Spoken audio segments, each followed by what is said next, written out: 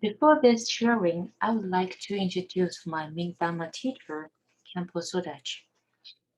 Khenpo Sodachi is one of the spiritual leaders in Lingma lineage, and as the Tibetan High Lama of Lingma lineage, Khenpo endorses one spirit and offers teachings from a variety of Buddhist lineages to hundreds of thousands of worldwide students.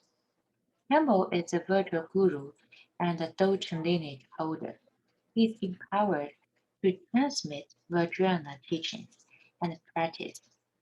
He is also a Buddhist scholar and a teacher, a prolific translator into Chinese, and a modern Buddhist thinker renowned across Asia and West for his interest in the integration of traditional Buddhist teachings with worldwide issues and modern life. The sharing tonight is from his public speech, also mix some of my personal experience. Hope you will enjoy. Okay. Um, I would like to start my sharing, by my Tibetan journey experience. And that time, it was back to 2013. I gave birth to my first kids. I feel very anxious and under big pressure of how to play a role of mother and a business woman. Finally, I decided in that summer to go to the land of Buddhism, Tibet. I called it a spirit journey, which totally changed my understanding of happiness. And Back from one day, I walked into a small village with my guide. I saw a very old man sitting in a rundown hut, and he was with such a bright, peaceful smile that truly hit bottom of my heart. And I just want to, get to know, what is, what's the news brought such happiness from his heart. So I approached to him with my guide, and he began to tell me about his dream a few days ago. He had a dream, and in the dream, there's a big dragon trying to swallow him. He's trying to run away, but it's a very, dangerous situation. He's almost being eaten by the dragon. At that time, his master rises in his dream and rescues him from that critical situation. Therefore, he went to his master's temple and asked him about the dream. His master looking at his eyes and telling him that, my disciple, here is about the end of your life. After years of suffering of very serious illness, finally you come to the end of your journey in this life. And also, because of years of practice, uh, you have been reached a certain level of mindset.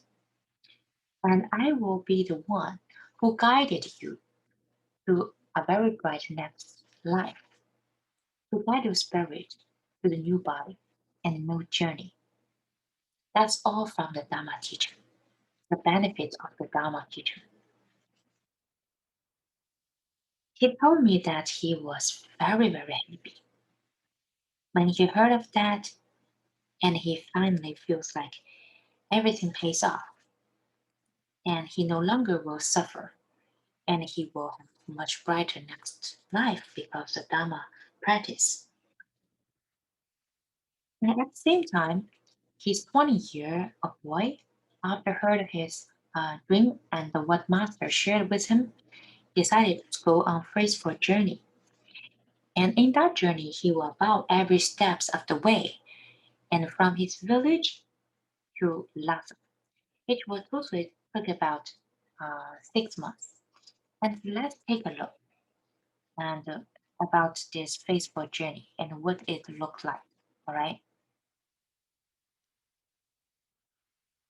Um, these three ladies have been coming for the last 5 days, and they've got another 25 days or 35 days to get to the next monastery.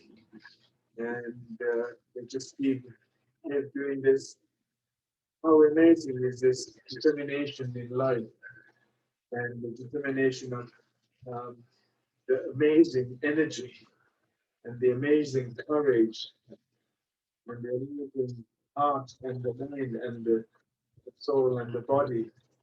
All this is to, to be reaching the highest level of the peace in life and and uh, and then to go into the next world. Yeah, I totally agree with him. How amazing that they are able to transfer uh, the journey into a higher level of energy, which will eventually, help them to reach a very peaceful mindset, the ultimate happiness in their life.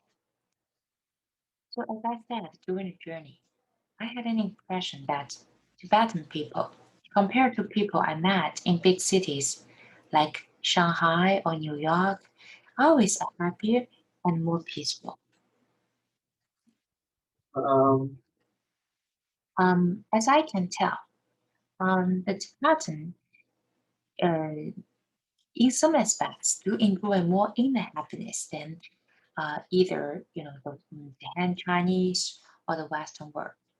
The inner happiness is admired by many people who over time has been influenced by them. No matter what Tibetan people run into, it is the power of the Buddha Dhamma, the teaching of the Dhamma that gives them strength, the inner strength. They rely on its extraordinary guidance to handle and welcome suffering. Uh, and Buddha teaching empower them with the courage and wisdom to face the suffering. What are the main reasons for this? Generally speaking, Tibetans have a natural inclination towards Mahayana practice. For more than 2,500 years, the Dharma taught by Buddha Shakyamuni has been preserved intact in the land of snows, and every Tibetan, from a very young age until death, takes refuge in the scriptures and then continues to practice them for the rest of their life. The power and blessing of the Buddha Dhamma is deeply embedded in everyone's heart, and because of this, the Dhamma plays an important role in facing the first suffering that they all have in their daily lives. With such courage and wisdom, they even could face ultimate suffering, death, and treat it as a path to next life. Therefore, Campbell said, in the land of Buddhism, happiness can be interpreted in terms of body and mind, encoded in the system of faith. And also, um, and where to find happiness, right? And people will always have this question, like, how can I find the ultimate happiness? It's either from my body or from the materialism or from the outside environment. And my teacher mentioned, and it's actually to obtain how to obtain happiness is preserved different in different countries. He mentioned that report called "What is Happiness?" from the point of view of 155 people from around the world. Their understanding of happiness, their efforts to obtain happiness, and so forth. Some said that they actually believed that happiness meant having a great fortune. Others said it was the good health of family members or a feeling a harmony between husband and wife. Some believe the superior social status could bring happiness, and still others that external satisfaction from material objects or professions will bring happiness. Actually, many of those interviewed shared very similar opinions. If we compare the current economic achievement of US to that of 40 years ago, the GDP may have increased several fold, but the happiness index of the society has been gradually decreasing. If happiness were proportional to wealth, people's internal well-being would have improved along with external economic development. For example, if I don't have a car before, but now I do, does this bring me more happiness? Well, buying a new car comes with the obligation of filling the gas tank, keeping it maintained, along with all the inconvenience of driving in cities. So along with owning this car, a lot of trouble comes with the luxury and the convenience that it provides.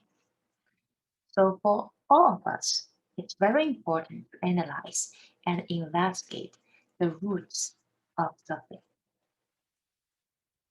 According to Temple Sodaki, in fact, each one of us, including you and me, maybe experience some amount of suffering. No matter whether we are rich or poor, powerful or powerless, we all suffer. Isn't that right?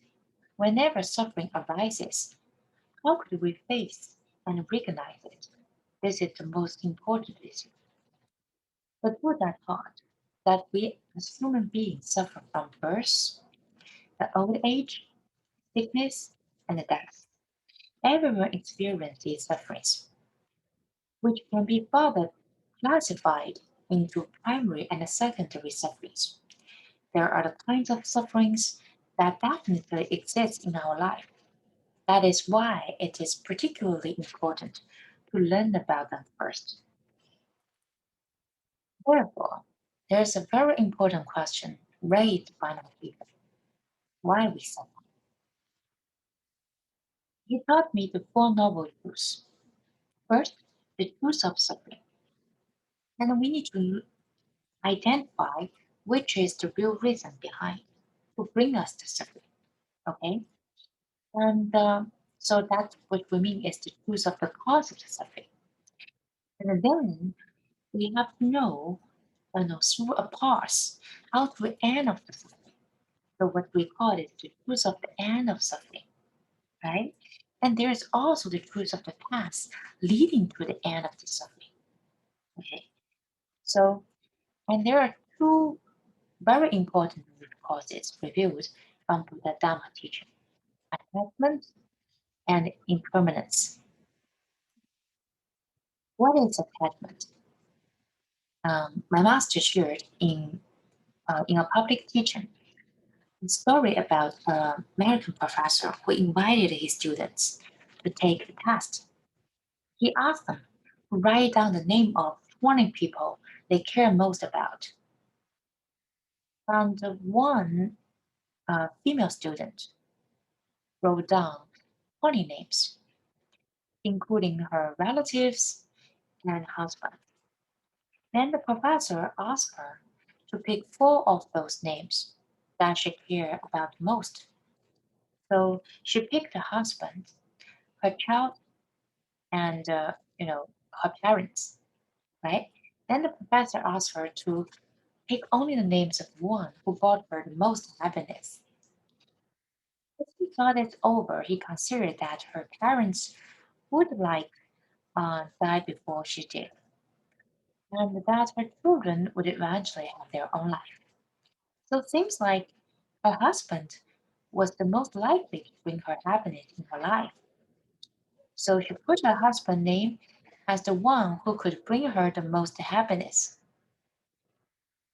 And the professor said, okay, your voice was not so voice, not so wise. Why? You believe that your husband will bring you the happiness and from your whole life, and so you feel a great attachment to him. If you have this kind of attachment in your heart, you will be watching every detail of his life like a policewoman. Then he will have no freedom. Those who are concerned about losing the cause of happiness will not only deny you any happiness, but might also cause him to leave you before anyone else. And this test, carried out by Professor US, teaches us the same thing that Buddhism teaches, that attachment to money or love in the end can only bring you um, a lot of pain, right? And the very beginning, everybody enjoy attachment. I love that person. I love his or her focus on me. As time goes by, right, the enjoyment literally transforms into fear. I need to keep the love. Why his focus faded? It's hard to tell caring from craving. The attachment actually is the feeling to look forward others' approval to make us happy. Then we eventually will be afraid that one day we will lose the control of the relationship, wealth, and the fame, which all comes from attachment. So the pain of attachment is enormous. Therefore, let go of all suffering in our life is to let go of our attachment to emotional uh, and things, the inner attachment and the outer attachment. And actually, there is a Buddha Dhamma practice, okay, and which perfectly explains how to free us from attachment. We call it the sand mandala, and it's a Tibetan Buddha ritual, right? And I would like to share this video first. Attributes of the deities. But in this particular one that we have here, it is all about the medicine Buddha and healing. And what they create is a heavenly palace all around. Most of the monks have been in monasteries since the age of about 7. They would have learnt the actual art of painting a mandala, first instance, but to actually make some mandala takes about 5 years to train because it's a very precise art, tapping the sand into these top funnels, into these intricate geometric designs. The prayers that the monks perform are to do with invoking the presence of the medicine Buddha and inviting the healing power to enter the center of the mandala.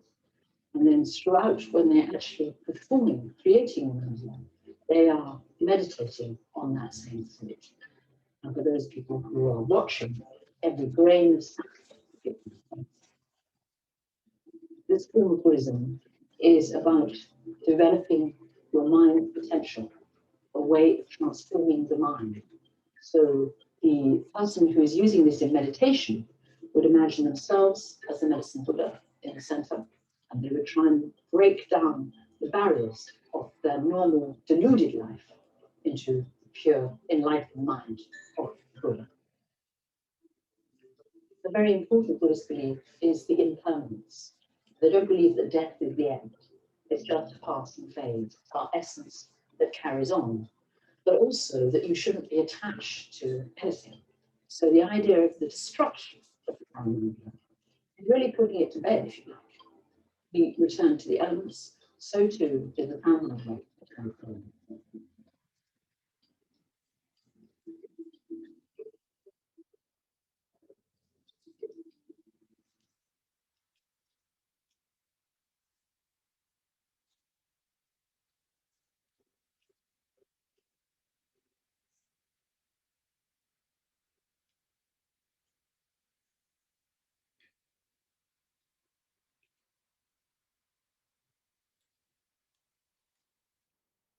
Um, isn't that amazing to look at those monks to take few days to build sand mandala and also take time, maybe just few seconds to destroy it.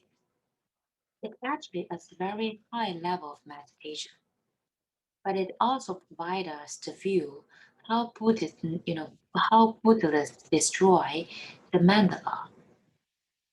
So we can ask, right, from the Buddhist view, what's the deepest attachment? One of the answers could be, the Santa Manala to some people, right? Because they focused and they have to remember all the angle of the painting, and there's no the real painting in front of them. They actually memorize it and focus on creating this such amazing piece of art.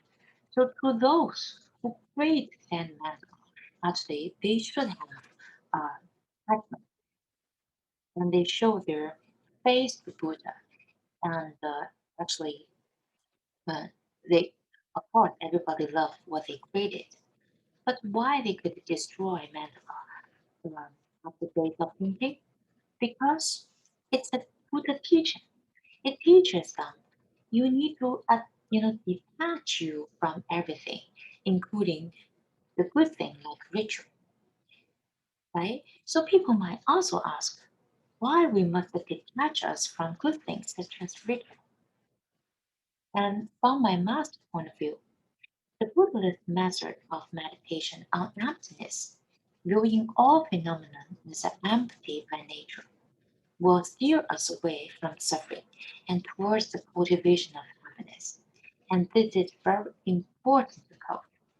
So no matter it's good or it's bad, and you're just viewing it, as all the phenomena as empty by nature, right?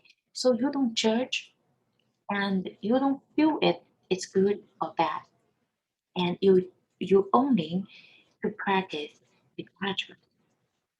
And very importantly, actually, it's very easy for people at the very beginning to detach from their enemy, from the bad things, bad feeling. But actually, it's very deep meditation, right? And for the people to actually detach, to what should I say, to detach from the good things. So from the Sand Mandala, and we know that we should detach us from bad or good, and the nature of all phenomena is just the emptiness. So sometimes, maybe from another angle, it's more easier for us to ask ourselves a question: what if life is just an illusion? What if a life is just a dream that eventually we will wake up and just find nothing left but emptiness? Imagine what you expect to get from a dream. You don't expect everything you dreamed of is real and permanent, right? Why we could accept this easily? Because dream is just a dream, which only takes about a few minutes, and then you wake up. For example, I dreamed the sea, and I wake up by lying on the bed. Of course, I tell myself, forget about it. That's just a sea I dreamed of. And what if my whole life is a dream? That's just too long for me to wake up. I just forget when I was born, and I cannot imagine, and when is the end. But the nature of the life is a dream. The truth is, when I grow into 50s and I look back, the little me in 20s no longer exists. It's really like a little me in a dream, right? Nothing is permanent. Just like that, in 2019, my teacher lost his beloved mother, and he embraced his mother's death with extreme calmness. And he knows the impermanent is always there. Facing death, why Buddhists has such power and calmness?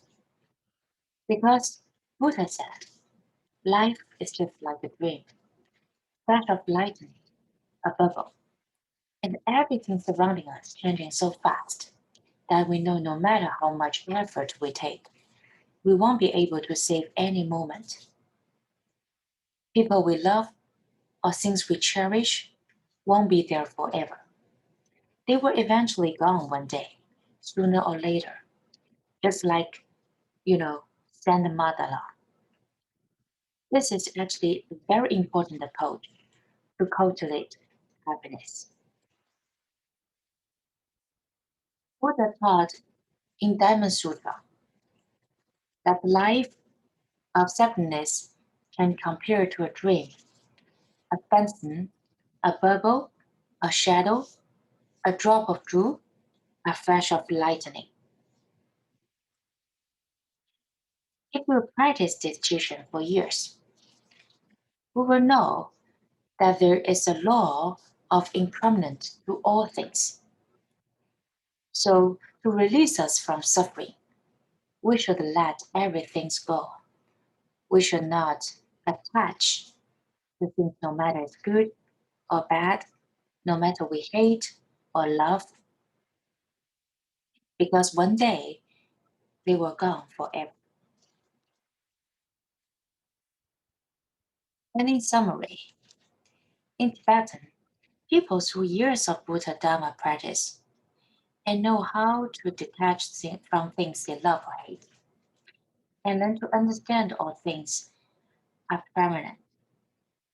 Thus, they raise the awareness of the root cause of suffering, and they prepared one day the loved one might not love you, or the loved one may leave you, provide a inner freedom, and let them to enjoy the current moment. That is how the happiness comes from. Finally, I would like to share with you my teacher's teaching. Achieving happiness meaning depends on being content with fewer desires. And in addition to this, the key to happiness is an altruistic mind. Meanwhile, if one can study and practice drama, the Dharma, ultimate happiness can be obtained. So the very important thing is that please enjoy the moment. Okay, so this is the end, and I would finally share with you a very interesting book, and also this, the study of this book will be available, in our group as well. So if you enjoy my sharing, and you can also go to the group and join the other groups at the same time. This book called Tibetan Buddhism Book Study, and the book name is The Words of My Perfect Teacher. And this is a guide to the preliminaries for the hard sense of the vast expanse from the great profession. The fourth book is written by Putu Rinpoche, interpreted by Kempo Sodagi. And this is the great perfection and very profound Dharma directly resulting in enlightenment through direct mind pointing methods. So please enjoy this book and the teaching from my teacher. And thank you so much for you to listening to today's sharing, and hope and the content I share today can really add value to your life. Thank you so much.